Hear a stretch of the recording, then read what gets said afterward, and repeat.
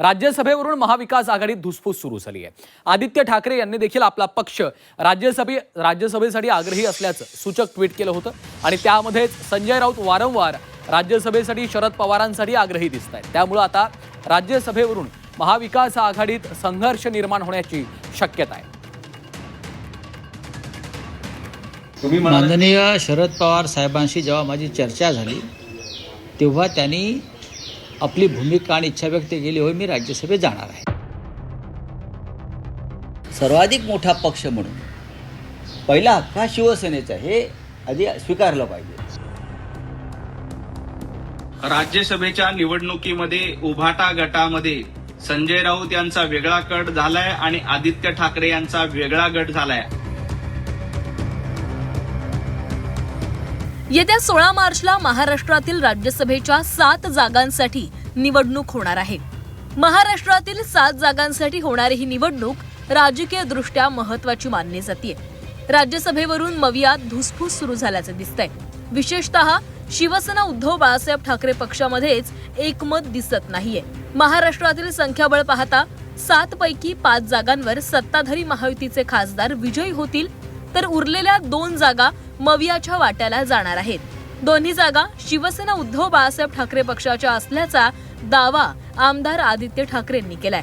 मात्र शिवसेना उद्धव बाळासाहेब ठाकरे पक्षाचे खासदार संजय राऊतांनी मात्र वेगळीच भूमिका घेतल्यानं चर्चा सुरू झाल्या।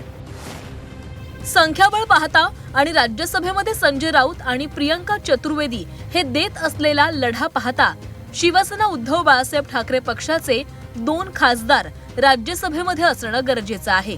पक्षाचं आणि पक्षाच्या सर्व आमदारांचं हेच मत आहे की ह्या दोन्ही जागा शिवसेना उद्धव बाळासाहेब ठाकरे पक्ष ह्यांच्याच असाव्यात। राज्यसभेच्या दोन्ही जागांवर आदित्य ठाकरे दावा करत असले तरी संजय राऊतांनी मात्र वारंवार शरद पवार राज्यसभेवर जाणं किती महत्त्वाचं आहे हे सांगितलंय। मात्र अचानक राऊतांचाही सूर आता बदललाय। शरद पवारांची राज्यसभेवर जाण्याची इच्छा आहे, मात्र मोठा पक्ष शिवसेना उद्धव बाळासाहेब ठाकरे पक्ष असल्याचं वक्तव्य राऊतांनी केलंय।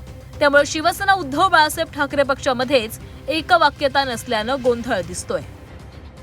माननीय शरद पवार साहेबांशी जेव्हा माझी चर्चा झाली तेव्हा त्यांनी आपली भूमिका आणि इच्छा व्यक्त केली, होय मी राज्यसभेत जाणार आहे, म्हणजे मी उमेदवार आहे हे त्यांनी माझ्याकडे ती भूमिका व्यक्त केली, इच्छा व्यक्त केली की मी राज्यसभेसाठी उमेदवार म्हणून मी इच्छुक आहे आणि मी निवडणूक लढणार आहे। आता ह्याच्यावर महाविकास आघाडी चर्चा होईल, कारण प्रत्येकाचे सदस्य निवृत्त होत आहेत। पण जेव्हा शरद पवार साहेबांसारखा ज्येष्ठ नेता जेव्हा अशा प्रकारे इच्छा व्यक्त करतो तेव्हा त्याच्यावरती वेगळी चर्चा। माननीय शरद पवार साहेबांची इच्छा आहे असं मी म्हणालो, राईट? त्यात मी काय चुकीचं सांगितलं? ते ज्येष्ठ नेते आहेत, ते महाविकास आघाडीतले नेते आहेत, त्यांनी इच्छा व्यक्त केलेली आहे। आता त्याच्यावरती आम्ही सगळे मिळून एकत्र बसून निर्णय घेऊ। पण सर्वाधिक मोठा पक्ष म्हणून पहिला हक्क हा शिवसेनेचा, हे आधी स्वीकारलं पाहिजे। हीच चर्चा सुरू आहे, यात वेगळं काय आहे?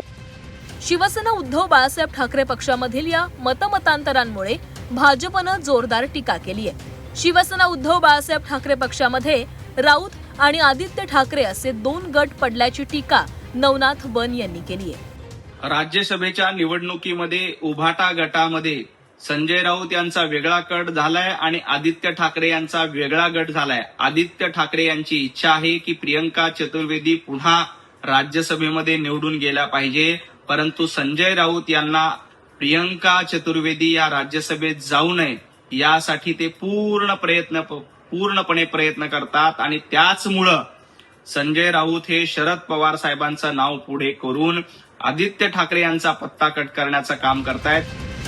येत्या 16 मार्चला राज्यसभेसाठी निवडणूक होणार आहे। त्यामुळे मवियामध्ये राज्यसभेच्या 2 जागांवर कसा तोडगा काढला जातोय आणि नेमकं कुणाच्या नावावर शिक्कामोर्तब होतोय याकडे राजकीय वर्तुळाचं लक्ष लागलंय।